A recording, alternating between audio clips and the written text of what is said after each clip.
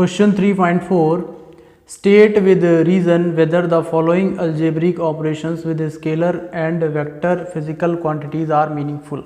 मतलब क्वेश्चन हमें दे रखा है कि जो फॉलोइंग नीचे जो ABCD सारे पार्ट्स दे रखे हैं, अलजेब्रिक ऑपरेशंस जो हैं, अगर इनको हम वेक्टर और स्केलर्स पे लगाएं तो क्या हमें कुछ मीनिंगफुल रिजल्ट मिलेगा, क्या कोई फिजिकल क्वांटिटीज़ बनेंगी ऐसी। सो चेक करते हैं। जो ए पार्ट है पहला,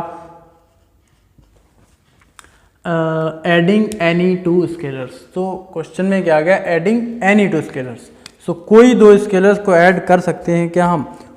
देखिए स्केलर्स क्या होते हैं, जिनमें सिर्फ मैग्नीट्यूड होता है, ठीक है, जिनमें सिर्फ मैग्नीट्यूड होता है, इनमें डायरेक्शन नहीं होती। सो एनी टू का मतलब कोई डिफरेंट। सो अगर हम स्पीड को टाइम के साथ ऐड कर सकते हैं क्या।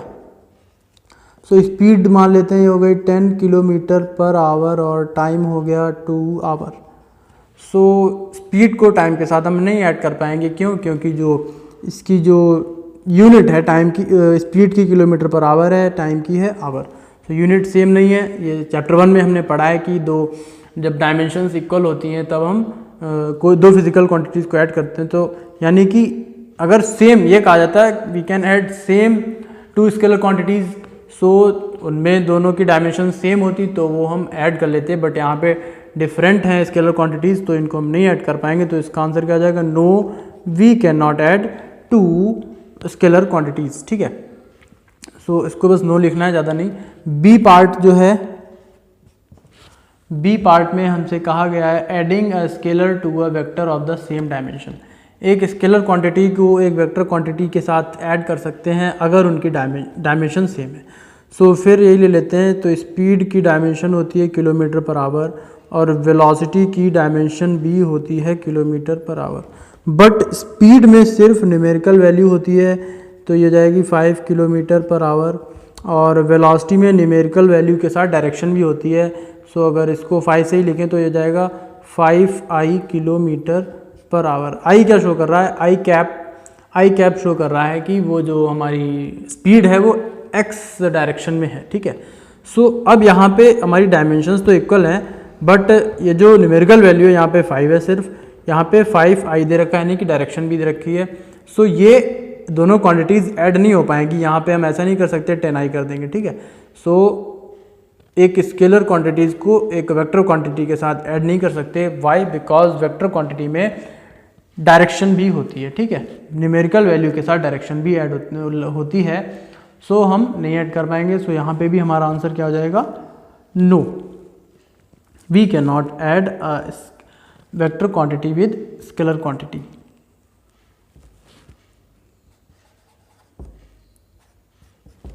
सी पार्ट है multiplying any vector by any scalar. So any मतलब कोई डिफरेंट, कोई वेक्टर क्वांटिटी को एक स्केलर क्वांटिटी के साथ मल्टीप्लाई कर सकते हैं क्या।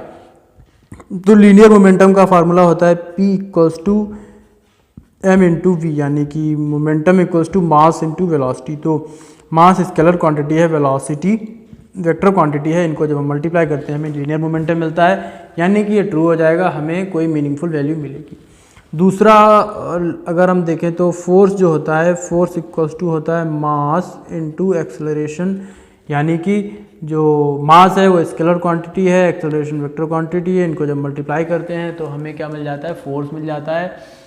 यानी कि हम कह सकते हैं कि एक स्केलर क्वांटिटी और एक वेक्टर क्वांटिटी को हम मल्टीप्लाई कर सकते हैं, हमें मीनिंगफुल रिजल्ट मिलेगा। तो इसका आंसर हो जाएगा yes, we can multiply a scalar quantity to a vector quantity. D part देखते हैं, मल्टीप्लाइंग एनी टू स्केलर्स। कोई दो स्केलर क्वांटिटीज़ को हम मल्टीप्लाई कर सकते हैं क्या। देखिए सभी में एनी लगा हुआ है, ठीक है, तो सेम हम इसीलिए नहीं ले रहे सब में। सब हमने speed, time, speed, distance and time के क्वेश्चंस बहुत लगाए होंगे। तो डिस्टेंस का फार्मूला होता है, डिस्टेंस को ही हम पाथ लेंथ भी कहते हैं। डिस्टेंस इक्वल्स टू होता है स्पीड इनटू टाइम। स्पीड को टाइम के साथ मल्टीप्लाई करें हमें डिस्टेंस मिल जाता है। सो स्पीड भी स्केलर क्वांटिटी है, टाइम भी स्केलर क्वांटिटी है, तो दो स्केलर क्वांटिटीज़ को मल्टीप्लाई किया जा सकता है। दूसरा एक फार्मूला और भी अगर लिखना चाहें, so work W equals to P multiply by T, work equals to power into time, P power होता है, आगे चैप्टर पढ़ेंगे वर्क एनर्जी रिलेशंस में। सो पावर को टाइम के साथ मल्टीप्लाई करके हमको क्या मिलता है, वर्क मिलता है, ठीक है। सो यानी कि दो स्केलर क्वांटिटीज़ को हम मल्टीप्लाई कर सकते हैं, हमें एक मीनिंगफुल रिजल्ट मिलेगा। अच्छा, डिवाइड भी कर सकते हैं, इसी का अगर हम इस तरीके से करें, P इक्वल्स टू क्या होता है, W upon T, power equals to होता है work upon time, P equals to W upon T। So दो स्केलर क्वांटिटीज़ को हम डिवाइड भी कर सकते हैं, ठीक है, यहाँ से ये भी देख सकते हैं। सो यानी कि हम कह सकते हैं yes we can multiply any two scalar quantities. E part है एडिंग एनी टू वेक्टर्स, तो क्या हम एनी टू, ठीक है, कोई दो वेक्टर्स को ऐड कर सकते हैं। जैसे दो वेक्टर हमने ले लिए, एक ले लिया फोर्स और एक ले लिया एक्सेलरेशन, ठीक है।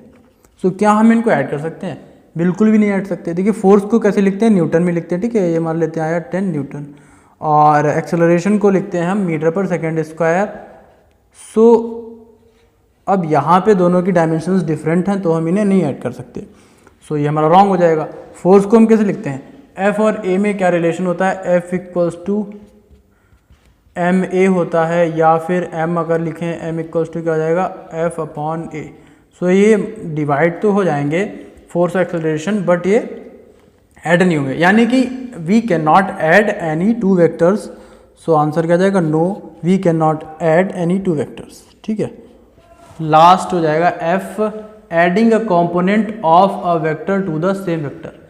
एक वेक्टर को उसके कंपोनेंट के साथ ऐड कर सकते हैं या नहीं।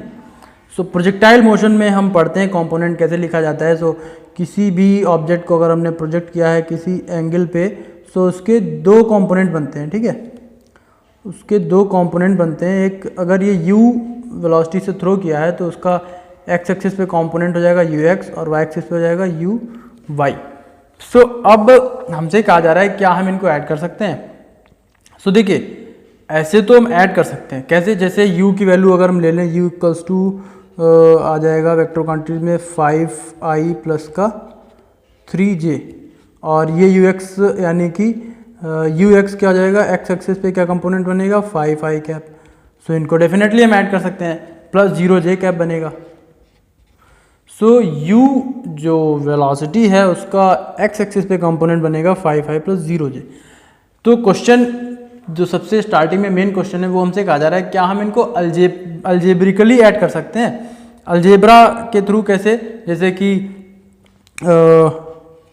10x प्लस का 5x, सो यहाँ पे तो हो जाएगा 15x, बट यहाँ पे हम इस तरीके से वेक्टर एडिशन इस तरीके से नहीं होता कि डायरेक्टली ऐड कर दें, हालांकि वो हम कर लेते हैं, बट इस तरीके से सॉल्व कर लेंगे 10i प्लस 3j, बट उनका जो एक्चुअल एडिशन करने का मेथड होता है वो होता है वेक्टर एडिशन, ठीक है, यानी कि हेड टेल मेथड जो होता है। सो अगर हम ऐसे इसको ऐड करेंगे ux में u को, सो ये ux हमें बनाना पड़ेगा और u जो होगा वो यहाँ से जाएगा, ठीक है, u यहाँ से जाएगा, ये u इस एंगल पे है तो इसी के पैरेलल जाएगा u, और फिर इनका जो रिजल्टेंट निकलेगा वो इस तरीके से निकलेगा, ये रिजल्टेंट हो जाएगा r equals to ux plus u, ठीक है। सेम वेक्टर ये जो u बना है ये भी ऐसे ही बना है, ये ux हो जाएगा और यहाँ पे uy जब ऐड होगा ये इस तरीके से, तब हमारा u बनेगा। सो कहने का मतलब ये है एक वेक्टर को उसके कंपोनेंट के साथ हम अल्जेब्रिकली ऐड नहीं कर सकते, वेक्टर एडिशन के थ्रू ऐड कर सकते हैं, जैसे कि ये ऐड किया गया है। सो ये भी हमारा हो जाएगा no we can not add. Same बात यहाँ पे होगी, यहाँ पे अगर हमें सेम वेक्टर को ऐड करना होता है f और f, सो वहाँ पे भी वेक्टर एडिशन फॉलो होता, ऐसे अल्जेब्रिकली नहीं ऐड कर सकते। हालांकि यहाँ पे तो लिखा है एनी टू वेक्टर, यानी कोई दो वेक्टर हो, तो वहाँ के लिए तो नो हो जाएगा, बट अगर सेम वेक्टर हो तब भी हम उनको वेक्टर एडिशन के थ्रू ही ऐड करते हैं, यानी कि यहाँ पे भी फोर्स होता है, यहाँ पे भी फोर्स होता है, तब उनको हम वेक्टर एडिशन के थ्रू ऐड करते हैं।